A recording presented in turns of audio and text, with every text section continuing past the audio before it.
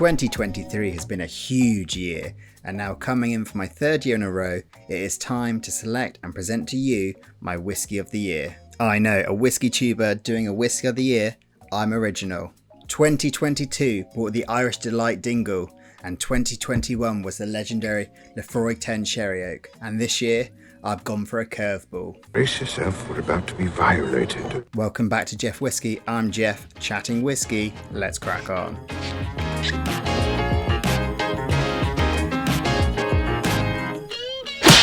GWhisky. So this year I tried so many amazing whiskies, and in truth, I haven't actually brought a lot of bottles. Maybe like a total of 7 or 8 this year. Kind of sounds like a lot. It's still quite a bit. I just don't think the offers have been as prevalent this year, and I've been really cherry picking and ticking off bottles off my hit list. Coming to the first runner up and the most accessible bottle on the list. Glenmorangie Quinta Rubin 14-year-old. I paid 34 quid for it, and I think it could have actually been purchased last year, but it sat quietly waiting to be opened and tried. Following on from the big collection video, I went on a bit of a rampage, opening and enjoying as many bottles as possible, and I was glad to finally crack this one. It now has the new branding and it's a lot more pricey, but I've really enjoyed every pour of this. Next, Glen Ord 13-year-old from Signatory. I think I can blame Roy for this purchase. It was £39 for Master Malt, and it is just super juicy and light and friendly, and I'm sucker for an easy whiskey in the summer. But that's enough teasing. Thanks for your patience. My whiskey 2023 is Boutique-y Whisky Company Millstone 4-year-old. Yes, I've picked a single malt Dutch whiskey, and let me explain why. GWhisky.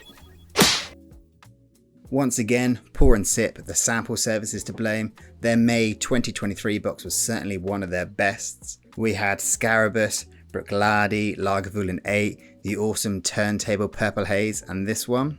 And somehow that sample stood head and shoulders above the rest and was a very quick purchase. I had 15 quid left on my gift card as part of their reward system, and this bottle was at 40 quid, making the £25 a no-brainer. So let's talk about this 50 ppm PX matured beast and get to the experience.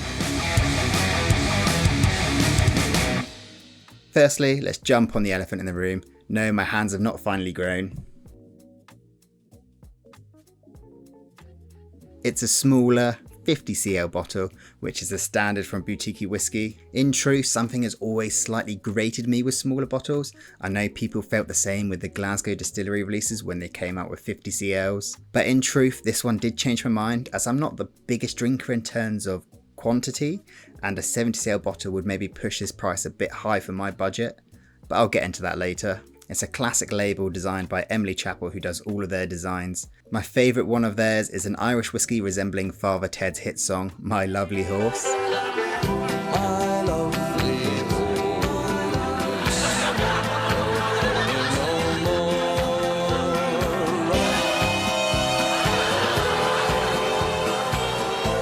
The design shows a Willy Wonka whiskey distillery with the distillery director, and I've noted his name down as I'm sure I'll butcher it, Patrick Van Zwiedam. I can only apologise. I've seen him do a few online bits and he seems really transparent about what they are making there. The design is great, but I will say it does look a bit like he's going to try sell me a Cybertruck. There is a lot of other Easter eggs on the label which I had to look up, because in truth I didn't know anything about this distillery.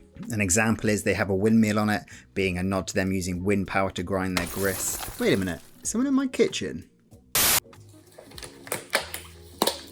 Yeah, I know whiskey that slaps. There's loads of it. And I can only assume I didn't need the glove for the slapping you're talking about, because we're saying this whiskey slaps. It's not some consensual intimate activity or some corporal punishment. Loch Lomond, not the green one, the regular 12. I'm told it's the same. This is the one I've been loving. And I'm going to slap it into my mouth.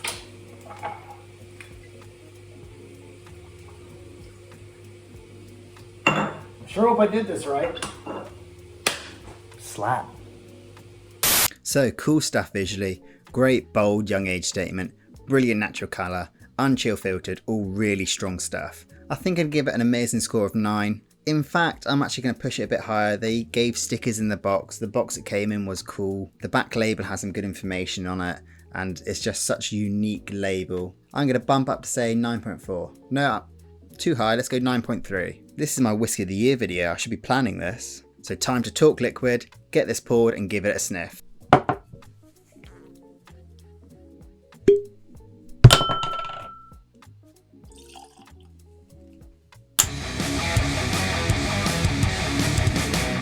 Oh, straight off the bat, you've got boozy cherries, Dr Pepper and Disaronno. It's super dense, slightly florally. It's like blended Christmas cake combined with like hearty red wine. It's a little bit herby. There's like a musty note. Oh, orange and sugar syrup. It's like an old fashioned in the glass. I would say there's like a tiny bit of smoke, like very subtle, but it's kind of like bolstering at the back. I'm getting like blackberries, cherries, raspberries, fizziness. There's like a little bit of saltiness and it just smells like a deep blue rich colour. Getting a bit of like bubblegum, rye spice. Oh, I could go on and sniff this for ages. It's possibly one of the best noses I think I've sniffed. Go to WWE.com and register. I wonder what $1 million even smells like. Hey. Alright, it's certainly going to go in the amazing tier. It's going to have to be a very big 9.4 out of 10. Right, no time to waste. Let's get to the taste. Cheers.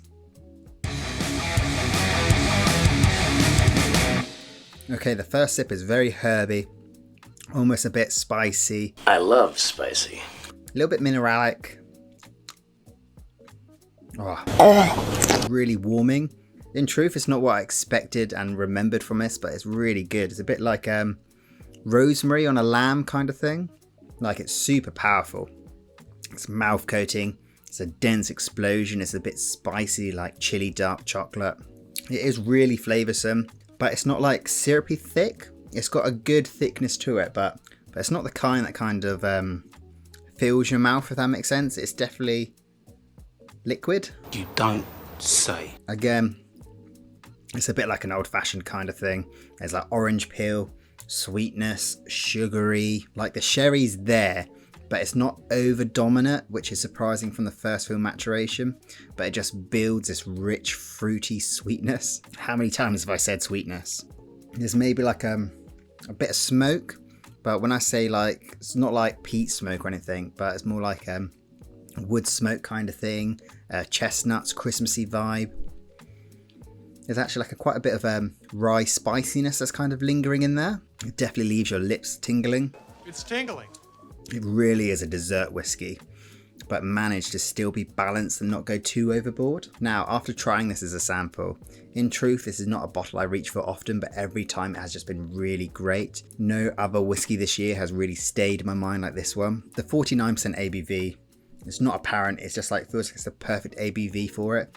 It's mouth-watering without asking to be diluted with water. Again, it's going to have to be in the 9s. Let's give this a 9.2 on the taste. Now, last but not least, let's talk money and score the value. As mentioned, this was a pour and sip member store buy, and it was £40, and finding it now on Master Malt, it's £51.95. I did check just before filming, as found there's multiple different batch releases of all this, with different prices and slightly different styles. This one, the batch free, just under £52. Again, it is 50 cl, so it does work out about £70 if that was 70 cl. Hopefully that's right. I'm not good with maths.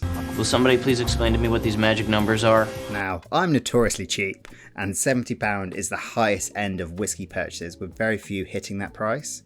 But the £52 at 50 cl, I would say it's well worth that. Maybe it's not quite able to scrape in the very good category, but it's still a good 6.7 out of 10. So that brings my Whiskey of the Year 2023, an independent bottle of single malt Dutch whiskey, in at a massive 8.7 GFs out of 10, with the liquid only score being a big 9.3. So that's all this done for another year.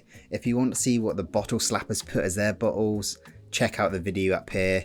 A huge thank you to everyone in the Bottle Slap Club for your support, and everyone who's liked, shared, subscribed to my channel this year.